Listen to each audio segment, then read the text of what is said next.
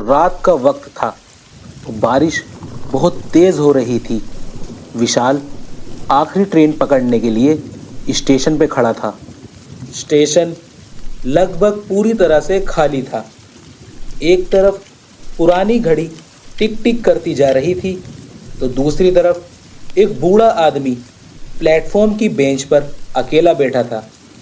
वो बूढ़ा आदमी विशाल को घूर रहा था। विशाल ने सोचा, शायद ये मुझे पहचानता होगा, लेकिन बूढ़े आदमी की आंखों में एक अजीब सी ठंडक थी। तभी ट्रेन की धीमी सीटी सुनाई दी और विशाल ने चैन की सांस ली। तभी ट्रेन स्टेशन पे आके रुकती है और विशाल ट्रेन में चढ़ जाता है। लेकिन विशाल जैसे ही ट्रेन के अंदर आता है, उसे महसूस होता है कि ट्रेन तो पूरी तरह से खाली है। उसे थोड़ा सा अजीब लगता है, पर वह सोचता है शायद देर रात होने की वजह से कोई नहीं है। वो एक सीट को चुनता है और उस पर बैठ जाता है।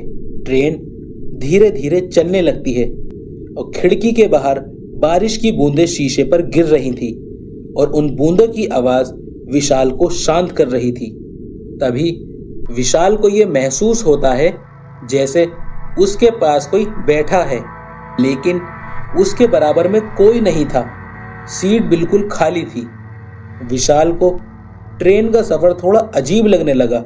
ट्रेन हर स्टेशन पर रुकती थी, पर कोई चढ़ता नहीं था और ना ही ट्रेन से कोई उतरता था। विशाल को थोड़ी सी घबराहट महसूस होने लगी, लेकिन वो इस पे ज्यादा ध्यान नहीं देता। थोड़ी देर बाद विशाल को किसी के घूरने का एहसास महसूस हुआ, जैसे कोई उसे घूर रहा हो।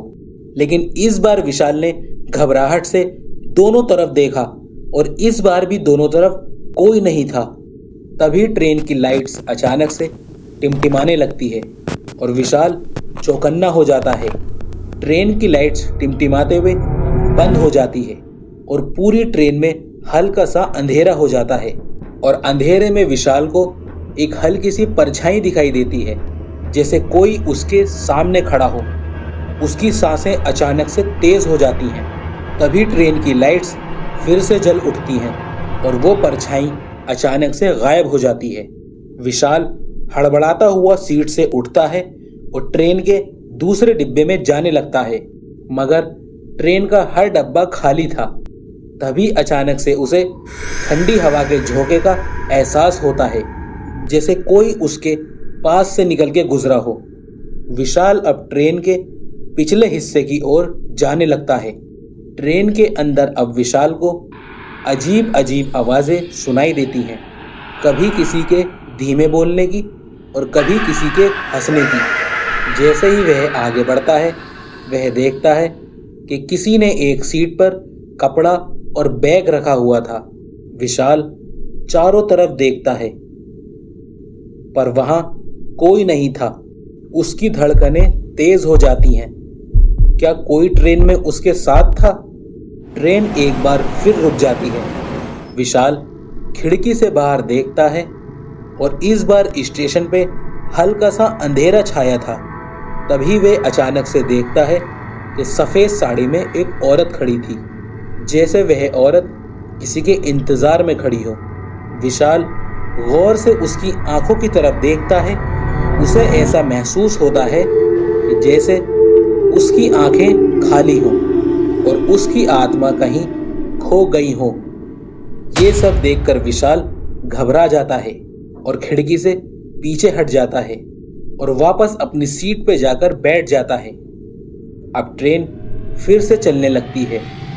तभी वह औरत अचानक से विशाल को ट्रेन के अंदर दिखाई देती है। अब विशाल डर के कारण अपनी आंखें बंद कर लेता है। कुछ देर बाद विशाल जब हिम्मत करके अपनी आंखें खोलता है, वह औरत वहां से गायब थी। अब विशाल का डर हद से ज्यादा हो गया था। वह तुरंत ट्रेन से उतरना चाहता था और अगला स्टेशन आने पर वह दरवाजे की तरफ भागता है। अब ट्रेन के रुकने पर वह दरवाजा खुलने का इंतजार करता है, लेकिन दरवाजा नहीं खुलता। विशाल दरवाजा खोलने की बहुत कोशिश करता है, मगर दरवाजा नहीं खुलता। वो जाम हो जाता है। ट्रेन अचानक से रफ्तार पकड़ने लगती है। विशाल का शरीर कांपने लगा था और वह एक कोने में जाकर बैठ जाता है। डर और घबराहट से उसकी सांसें फूलने लगती हैं।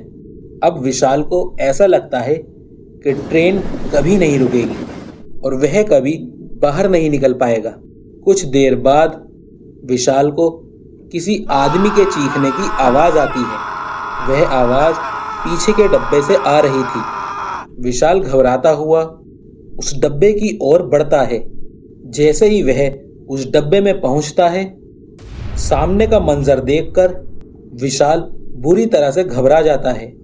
उस डब्बे में खून से लथपथ एक आदमी पड़ा है। ये वही आदमी था जिसका कपड़ा और बैग विशाल को सीट पर मिला था।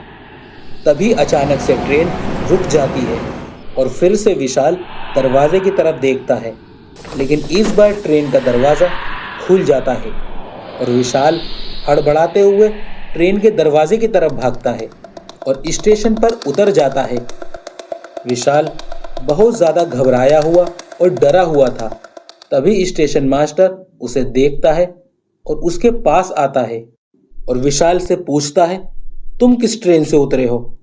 विशाल हाफते हुए पीछे की तरफ इशारा करता है और बोलता है, आखिरी ट्रेन से। विशाल का जवाब सुनकर स्टेशन मास्टर की आंखें बड़ी हो जाती हैं और वह विशाल से पूछता है, कौन सी आखिरी ट्रेन? वह तो 2 साल पहले बंद हो चुकी है। यह सुनकर विशाल के चेहरे का रंग उड़ जाता है और वह पीछे मुड़कर देखता है तो ट्रेन गायब हो चुकी थी।